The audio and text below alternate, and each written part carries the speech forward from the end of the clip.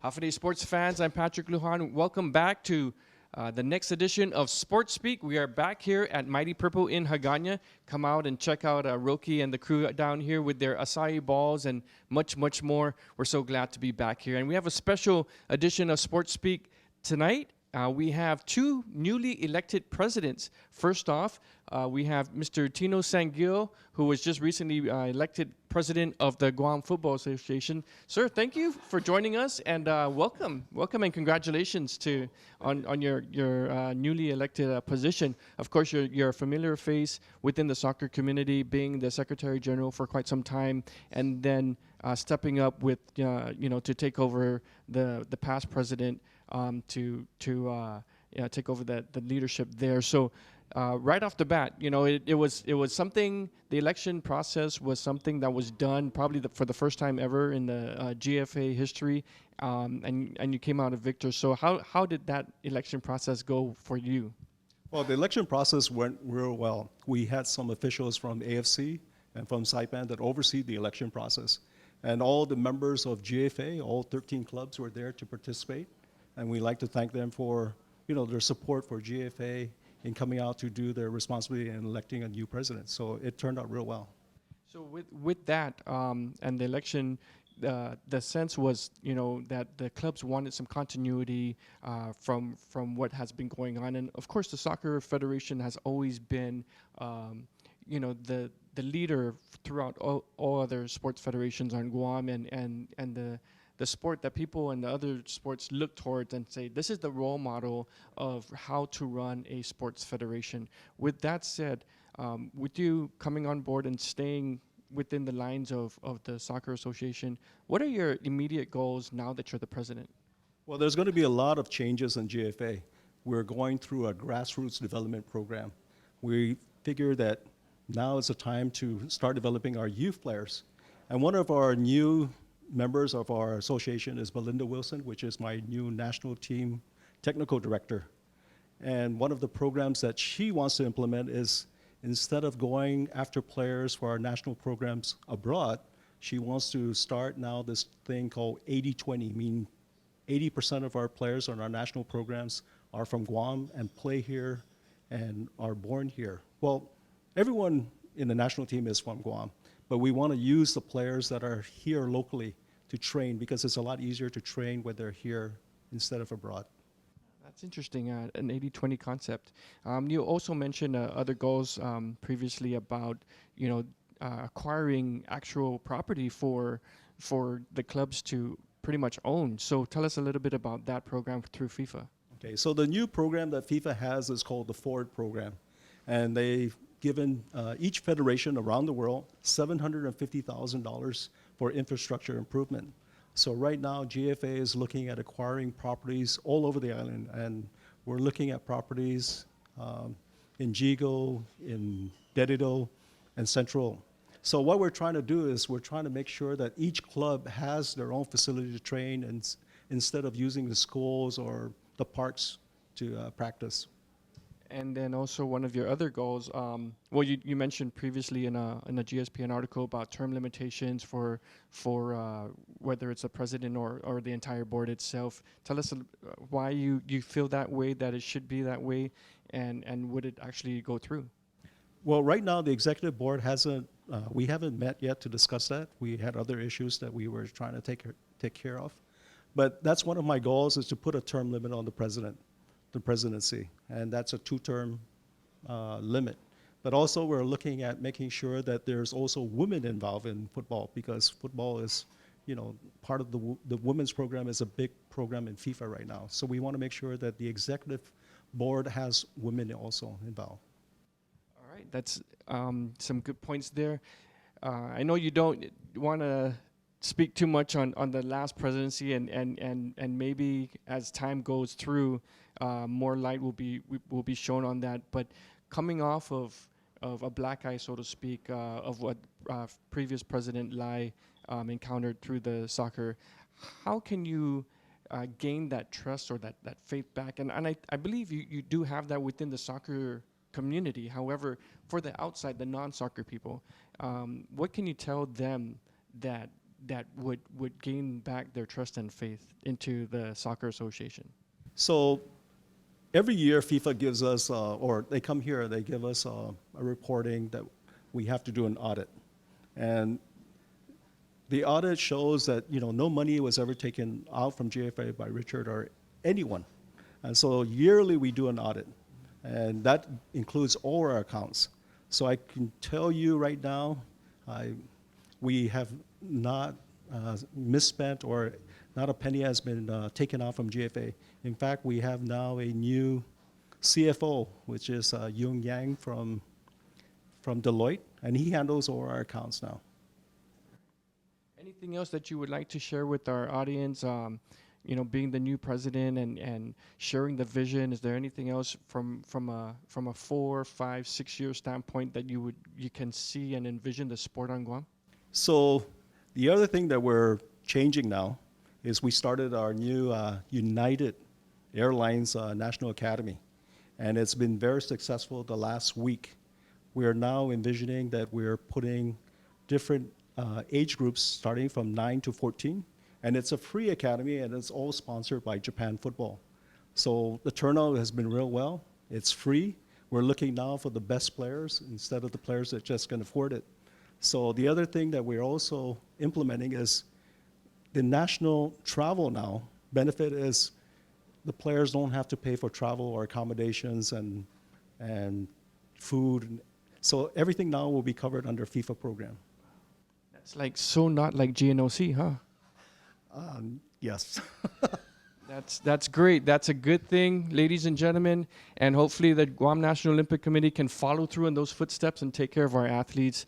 And that's how it's supposed to be. So I appreciate what you guys are doing there. Continue to be the role model of other sports federations.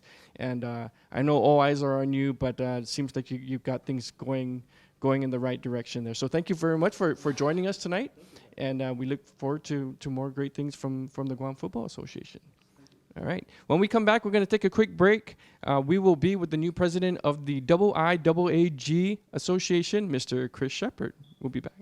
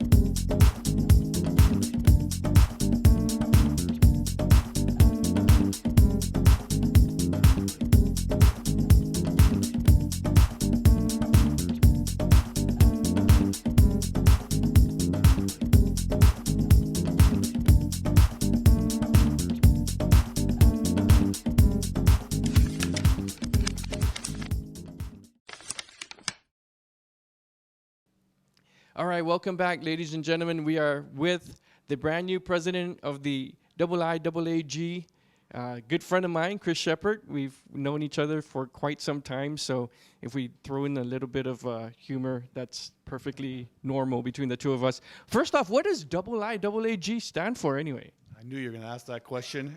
It stands for Independent Interscholastic Athletic Association of Guam. See that? He just passed his first test. Isn't that great? All right. Well, congratulations. For the longest time, Marty Boudreau was the president for, I don't know, like more than 10 years probably. And then finally, you stepped up to the plate and took over. Tell us about that thought process. Well, Marty has been president, I think, for maybe 14 years, somewhere around there. It's been a long time, and They should have like term limitations too. actually, it's something we really should think about. I'm not joking on that one. Just to get other people involved. I think that's one of the things that we need to do as ADs is get everybody involved in doing something to help the organization grow. Marty did a fantastic job for those 14 years, and for whatever reason he decided he was not going to seek re-election. And as usual at the nomination process, it kind of went around for 20, 30 minutes, people trying to avoid becoming elected president. And I finally just said, okay, I'll do it. I've served as vice president for many years, and somebody has to do it, so we'll see how it goes. So really, why do people try to avoid such a position? It's a lot of responsibility, and it's a lot of work. We all have full-time jobs. We all serve as ADs for our various schools, and then a lot of us also coach and teach. And it takes time to run an organization like the IIAAG with so many sports and so many people trying to pull you different ways, and one sport wanting one thing, another sport wanting another. And it's just a lot of work, and it can be a lot of hassle sometimes, but ultimately we're all there for the benefit of the kids and to make the middle school and the high school leagues grow, and that's what we're trying to do. So I know Marty, during his 14 years, he lost a lot of hair in that process being the president. You won't have that problem, but are you really looking into like your goals? I mean, it's a tough challenge being the president of the high school league. You've got so many sports going on. You've got so many coaches and ADs and parents. Oh my gosh, they're going to be inundating you with questions and complaints. Is that something that you've thought of, that you're up for the challenge? Up to the challenge, I hope so. Hopefully there won't be too many complaints. And yeah, you're right. There goes the humor with you and I about our hair. So yeah, I don't have anything to lose. So I'm good to go on that program. But as far as you mentioned goals, first the immediate goal is just get the league started. Already right now, we're having some challenges already to start off the school year. I got word that GW football field and JFK football fields both might be down, and football season is a first quarter sport, so that's a challenge we'll be facing right away. Also, our golf league is in a little bit of a flux right now because GICC has informed us that we're not going to be able to use their facility this year, and that's a big blow to us. So we're looking for another golf site to get our kids out there golfing. So there's some challenges right away. So the main goal is to keep things going to start off, but there's some other goals that I kind of have in the back of my head that I'd like to see implemented with the IIAAG. One being, there's no reason why in this day and age we can't have a website that has all the schedules there and the standings and like a player profile where it's a first quarter sport. Here's our football guys that maybe could be college ready in the next year or two, and just get the kids out there and exposed is something I would like to see happen. So that's something that working on with a friend of mine, and hopefully we can get that up before the school year starts and put that out there. Another goal, and this is a problem that we'll have probably till the end of the day, is money. We don't have, like Tino's got FIF that's giving GFA money. That's wonderful and great. We need to look for some revenue because right now all the schools pay for the IIAG themselves. And it's hard. It's expensive to run the league, and most of our costs is referees, but also insurance and trophies and whatnot. And if we can get some corporate sponsors and figure out a way how to do that, because we're all kind of new to this. I'm new to being a president, and if we can figure out something where we could have a corporate structure where we can get some corporations on board to help sponsor the league, it'd be a big help to us. So those are just some goals off the top of my head. Wow, that's a lot of goals there. One of the things that has been an issue or been a topic for a couple of years and not quite made it over the hump is the idea of converting over to a trimester sports schedule. Tell us a little bit about that and how it came about and where it stands today. It's kind of a long story on that one, but it's just an idea that came about actually 4 or 5 years ago is when we first started talking about it. And one of the complaints or concerns that we have with the current structure in the 4 quarters is some coaches feel the seasons are not long enough. They're too short. Sometimes we're cramming 3 or 4 games in a week. And that's hard on the student athlete. Of course, if you tell a kid go play 4 games a week, they're going to do it. They don't care. They just want to play. But we have to look at their long-term health, and they're playing all these different sports and outside leagues as well. And so we were trying to figure out ways where we can play more games but less days a week. And one of the ideas was a tri-season platform where we could stretch out, instead of 4 quarters, have 3 seasons basically. And so the seasons would be longer. And then we went through doing some scheduling, and we found that it would work. We could put more games in and playing games twice a week and giving the kids time to rest and to practice and to be prepared. And but there's some snags as well that go with that. One being facilities. Many schools, some of the facilities are run down, they're not usable right now, and if you're going to put 4 teams in one gym, in a high school gym, and then if you're a school like mine that has middle school and high school, you're going to put 6, 7 teams in a gym, it can be hard to schedule. So those are just things that we need to work out. But the main one being the facilities. How are we going to get all these sports, middle school and high school, crammed into that one facility during a season? So do we see it coming in anytime soon? Anytime soon. It came close this year. It almost was done for this coming school year, but again, we went back to the 4 quarters. So I think what needs to be done, and we're actually going to be working on this now, is to put together a committee that can give us the pros and cons of each, share that with the community, get some feedback from them, get some feedback from the administrators at the various schools, and see what can be done. If it works, well, do it, and if it doesn't, then we'll probably stick with what we're doing. But we'll have to see. I have no real answer for that one right now. Well, you know what? You're going to be a busy man this year. Hopefully, your wife is back there watching, and she's going to be supporting you throughout this school year. But good luck, and congratulations on being elected the new president for the season. I'm sure everybody out there is going to be excited to get the sports rolling here in the first quarter in just a couple of weeks. So, any last things you would like to say heading into the first part of your new year? I would just like to tell everybody to come out and support all the teams. You know, I've been coaching here for this is my 25th year, I think now. And I can remember some years where just for a regular season game, it would be packed. And we get some games like that, but we'd like to see every game like that. And almost like at the championships, you've been to the basketball and volleyball championships at UOG where it's just packed wall to wall. And I think that's great because I think the high school sports here and the middle school sports here and GFA as well. I mean, they got their stuff together, and just going out there supporting the kids, cheering for them in a positive manner, and giving them all the support that they need would be great. So looking forward to a great year. Awesome, and we look forward to covering all those great games and the great athletes as the seasons go along. Thank you very much, the president of IIAAG, Chris Shepard, my good friend, and thanks also to the president of GFA, Tino San Gil, earlier on. And that wraps up our latest edition of Sports Speak. So from everyone here at Mighty Purple, good night.